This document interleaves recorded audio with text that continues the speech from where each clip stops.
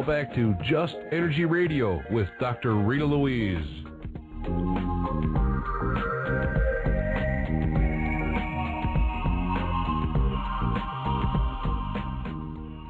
Hello and welcome back to Just Energy Radio. I'm Dr. Rita Louise, and we're here talking with Derrel Sims about his book, Alien Hunter, The Evidence in Light. He does have other books, but this is kind of the one we're going to be focusing on today. I don't know. We're going to be talking about aliens. Anyway, before the break, Derrel, I was mentioning about the different kinds of groups or supposed groups.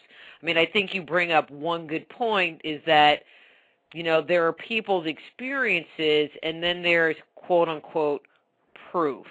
I mean, personally, working as a psychic and doing the ghost hunting and, you know, the medical intuitive work, you know, that is my proof, the experiential part. I go with that.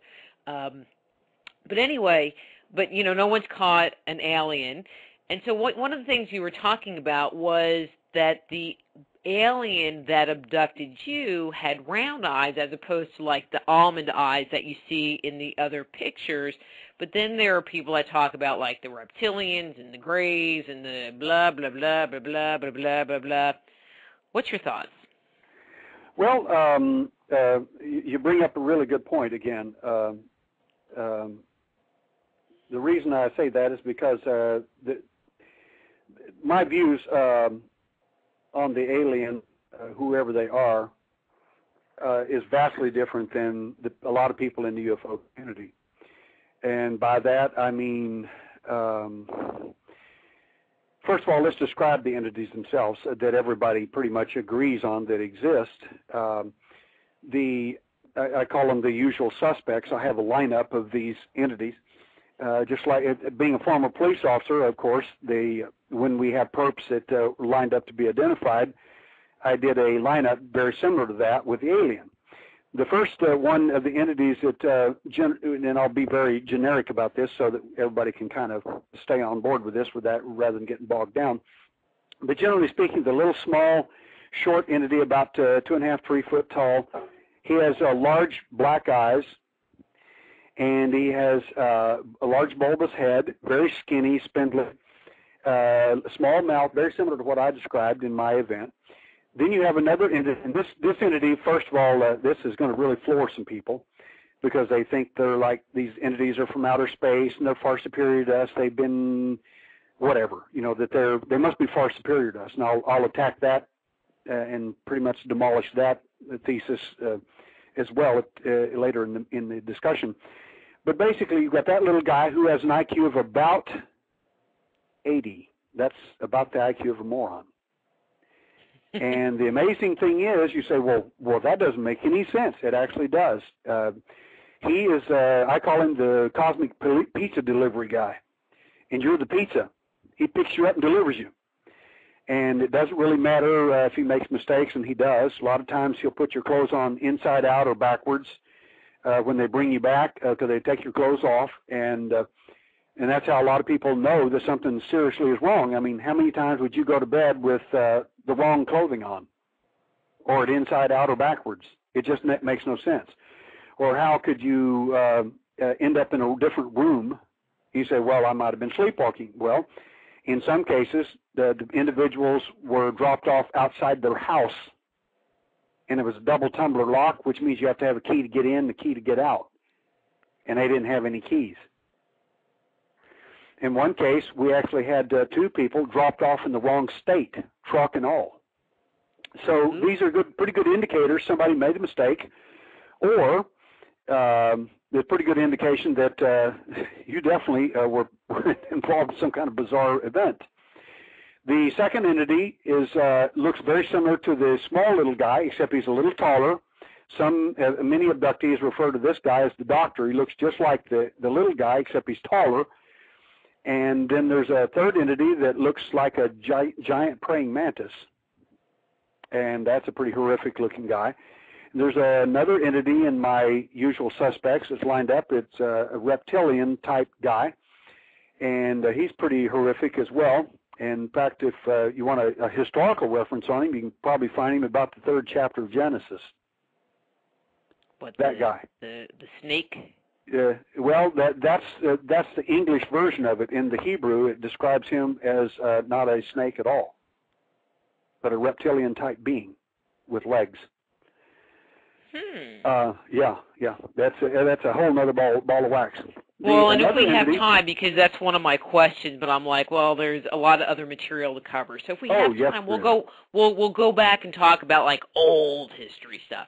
But yeah, keep going. Let's talk about our the next entity is a human-like being. He's not human, but he looks very human. And some people refer to him as a Nordic. He often will have blonde hair, but not necessarily. Some of these entities will have black hair, blonde hair, or even red hair. They show up in Native American history called the Sisistas. I believe it was the Crow Nation called them the Sisistas, or the white-skinned ones with red hair. So they weren't Nordics in that sense of the word. That Nordic is just a generic term that people give them. But they're human-like, and they're probably a hybridization of some element of human in their system. Now, to make all this have a little fun with it, what's the difference between these guys that show up in the Hollywood movies and so on with elliptical eyes and mine that showed up in the 50s with round eyes? Well, there are different models of these guys, and I suspect that when they upgraded, they went from a Ford to a Lexus. Mine was just a Ford. Sorry, it just wasn't that hot. But the interesting thing about these guys is the intelligence levels. And there are a lot of people that believe in the idea of evolution, the theory of evolution, and I'm not one that subscribes to it. But the fact is, if evolution is true, these entities are proof that it isn't. Because what people think is, oh, when the little guy grows up, he's going to turn into that doctor type. Wrong. He doesn't grow up. What you're looking at is a finished product.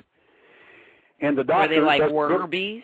Exactly. The doctor doesn't grow up and turn into a mantis being. The mantis doesn't grow up and turn into the Nordic. Nordic doesn't grow up and turn into a reptile. It just doesn't happen. What you're looking at are finished products. It's easier to think of the alien in, and this is going to sound pretty bizarre, it's easier to think of them as a manufactured group of entities genetically altered by a cosmic Dr. Moreau. And some evidence I gave for this in a presentation recently in Houston, I said, everybody says, well, what planet do you think these guys come from? I said, I don't know of any planet they come from. They may, and they may have been on some planet, but I don't think they come from there. I said, there's no such thing as evolution among these entities in any way, shape, or form.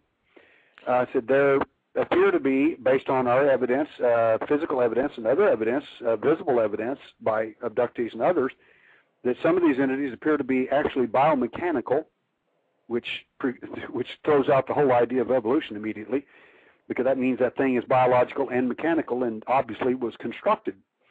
The thing that I figured out when I was 4 years old, or about 4, in my first event, was something weird about the fact that he didn't have a belly button, he didn't have a TT, he didn't have nipples like I did.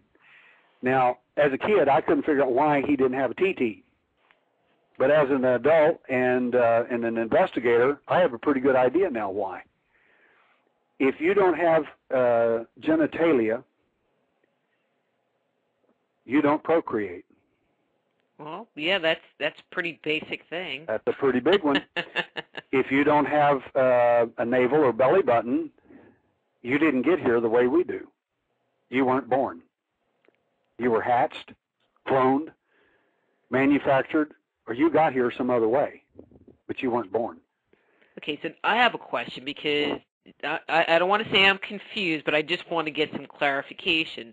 So what you're saying is that I'll just say the Greys and the little praying mantis guys and the reptilians are all part of one group, as opposed to the reptilians are this one species over here who are fighting the Greys. I mean, you hear that, and they're fighting the Greys, but the praying mantises are over there, and they're not like different species that are all visiting.